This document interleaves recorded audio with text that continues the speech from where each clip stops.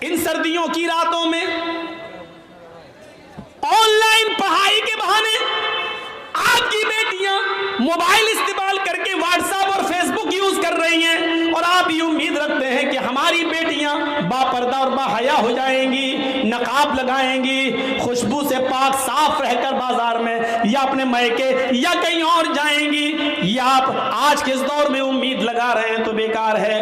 अगर आपने अपनी बेटी को एंड्रॉयड मोबाइल दे रखा है, फेसबुक और मैसेंजर और व्हाट्सएप अगर वो चला रही है, तो याद रखिएगा आप अपनी बेटी पर भरोसे के लायक नहीं है। आपकी नजर में आपकी बेटी कितनी पाक साफ हो, लेकिन आपको अपनी बेटी पर भरोसा नहीं करना चाहिए, एतमाद नहीं करना चाहिए, इसलिए कि व्हाट्सएप और मैसेंजर और फेसबुक चलाने वाली लड़की का एतबार नहीं किया जा सकता है। आज के इस दौर में जब हजरत आयशा सिद्दीका के ऊपर तोहमत लग सकती है, हजरत आयशा सिद्दीका इल्जाम से अपने आप को नहीं बचा सकती हैं, तो हमारी बेटियां उनसे ज्यादा पाक दामन तो नहीं है, हमारी बच्चियां उनसे ज्यादा नेक तो नहीं है। जब मुनाफिकों ने, झूठों ने, जब कजरुओं ने और दिल के गंदे लोगों ने अम्मा आयशा को नहीं छोड़ा, तो हमारी बेटियों को कैसे छोड़ेंगे?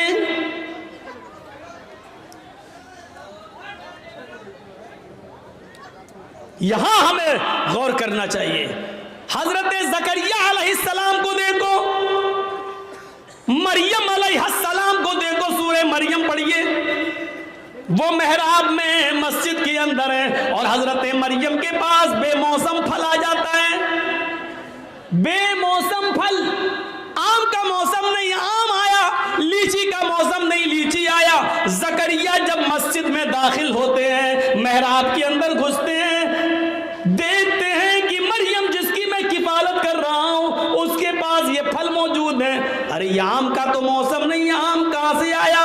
ये लीची का मौसम नहीं, ये लीची कहां से आई? तो चीख पड़े, अन्ना लके हाजा, आए मरियम मैं तेरी क्लास ले रहा हूं, आए मरियम मुझे साफ साफ जवाब दे, ये बेमौसम फल तेरे पास कहां से आए हैं? आम का मौसम नहीं, आम देख रहा हूं, लीची का मौसम नहीं, लीची देख रहा हूं, ये बेमौसम फल तेरे पास कहां से आए हैं? वो मरियम जिसकी पागदामनी की गवाही अल्लाह ताला ने दी है कि हमने मरियम को बगैर शौहर के बेटा दिया, ईसा बगैर बाप के हमने पैदा किया, वो मरियम जिनके पाक और साफ होने का ऐलान अल्लाह ताला ने किया है, कुरान में जिनको पाकदामन बताया है, उस मरियम की क्लास ज़करिया ले रहे हैं कि बता मेरी बेटी, ओ बता मेरे लख्ते जिगर, ये तेरे पास कहां से आया है? किस लड़के ने दिया है? कौन है जिससे तेरे कॉन्टेक्ट है, जिससे तेरे ताल्लुकात हैं?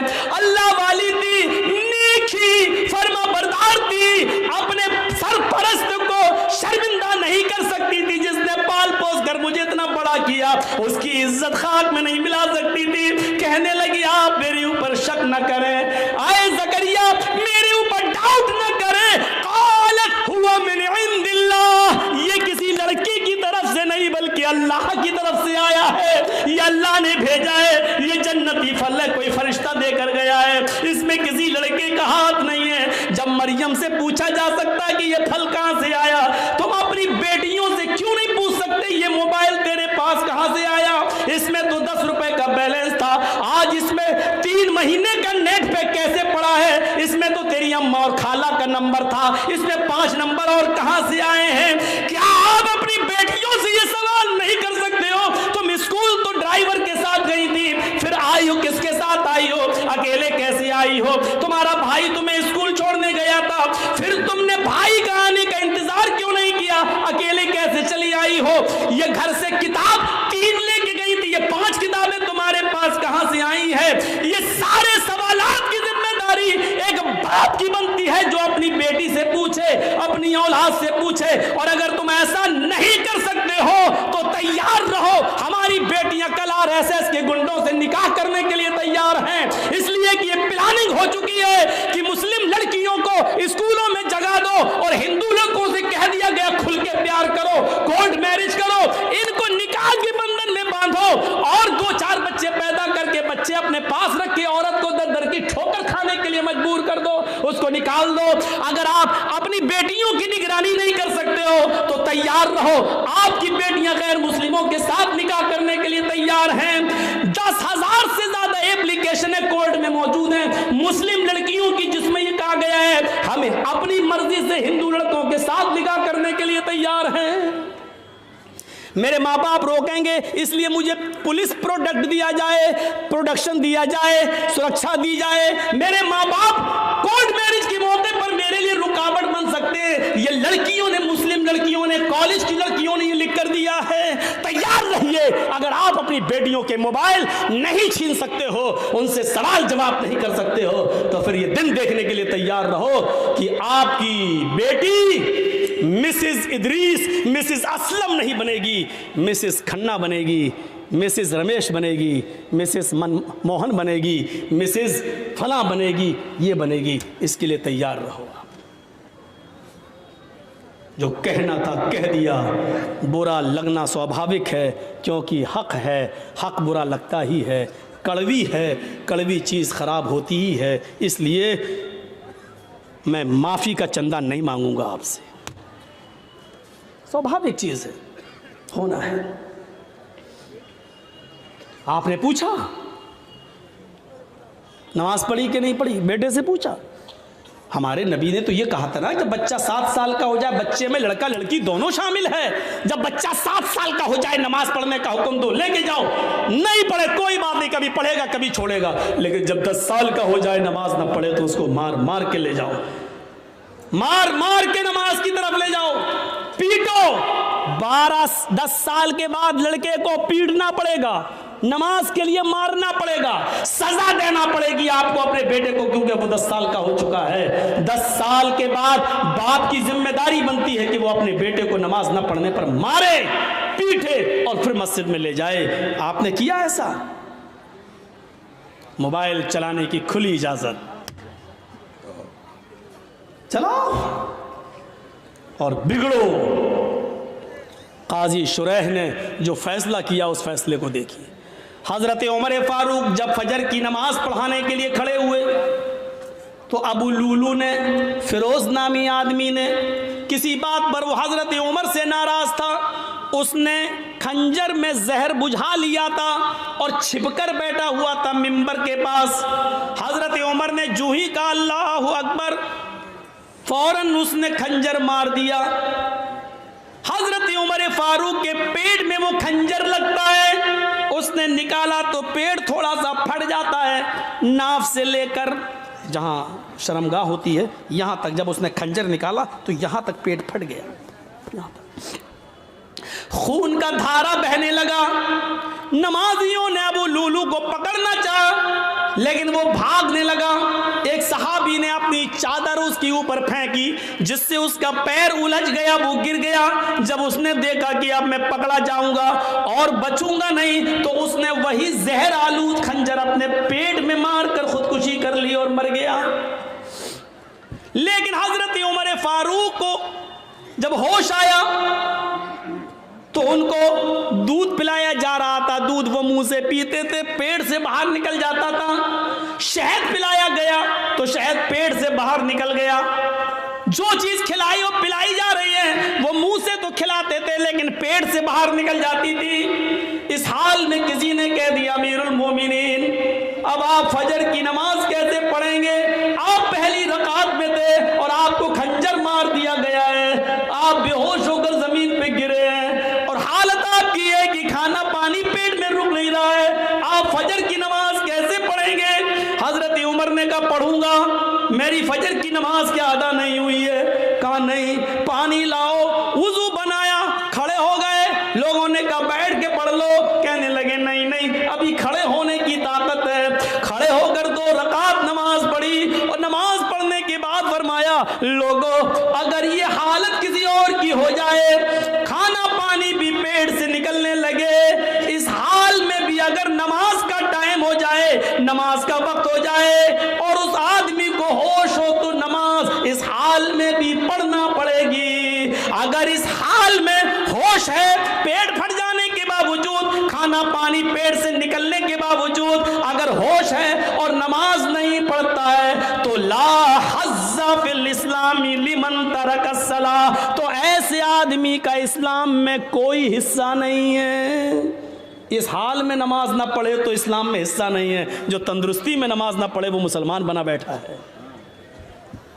कितने बड़े कभी किसी को खड़ा करके पूछो क्या नाम है, ज़ियाउल हक, हक की रोशनी। अच्छा नमाज पढ़ी थी ईशा की? नहीं मौलाना साहब। ज़ियाउल हक नमाज पढ़ी? नहीं। इस हाल में नमाज माफ नहीं है। नमाज तो है ही नहीं माफ। जर्जी साहब को मोदी की योगी के कुछ गुंडे पकड़ लें, कुर्सी पे लेके हाथ पैर बांध दें, इसी बीच अजान की आवाज आ रही हो, अल्लाहु अकबर अल्लाहु अकबर। जर्जी साहब एक बार कहेंगे साहब लिंचिंग करने वालों मुझे मार रहे हो मार देना, लेकिन मुझे 2 रकात नमाज पढ़ लेने दो। छोड़ते हैं तो ठीक, नहीं छोड़ते हैं तो कुर्सी पर बंदे बंदे हमें नमाज पढ़ना पड़ेगी। वुजू के लिए पानी दे दो, नहीं देते हैं तो नियत से वुजू करना पड़ेगा। अल्लाह वुजू के लिए पानी नहीं है, मैंने वुजू की नियत कर ली है, ये वुजू की नियत ही हमारे लिए वुजू होगी। उनसे कहा जाएगा साहब मेरा चेहरा किबले की तरफ कर दो, अगर वो करते हैं तो ठीक है, नहीं करते हैं तो नियत करना पड़ेगी। हाँ मेरा चेहरा खुला होता तो किबले की तरफ करता, लेकिन मैं बंधा हुआ हूँ इसलिए मैं इसी तरफ रुक करके नमाज पढ़ रहा हूँ। आय अल्लाह तू किसी किबले का मोहताज तो नहीं है, तू मेरी दिल की नीयत अच्छी तरीके से जानता है। लैसल बिर्रन तुवल्लू वजूहकुम क़िबलल मशरिक़ मगरिब, ये आयत आपके जहन में आनी चाहिए। लेकिन नमाज इस वक्त भी पढ़ना पड़ेगी। किबले की तरफ चेहरा नहीं है कोई बात नहीं, जहां तुम्हारा चेहरा है उस तरफ कर लो।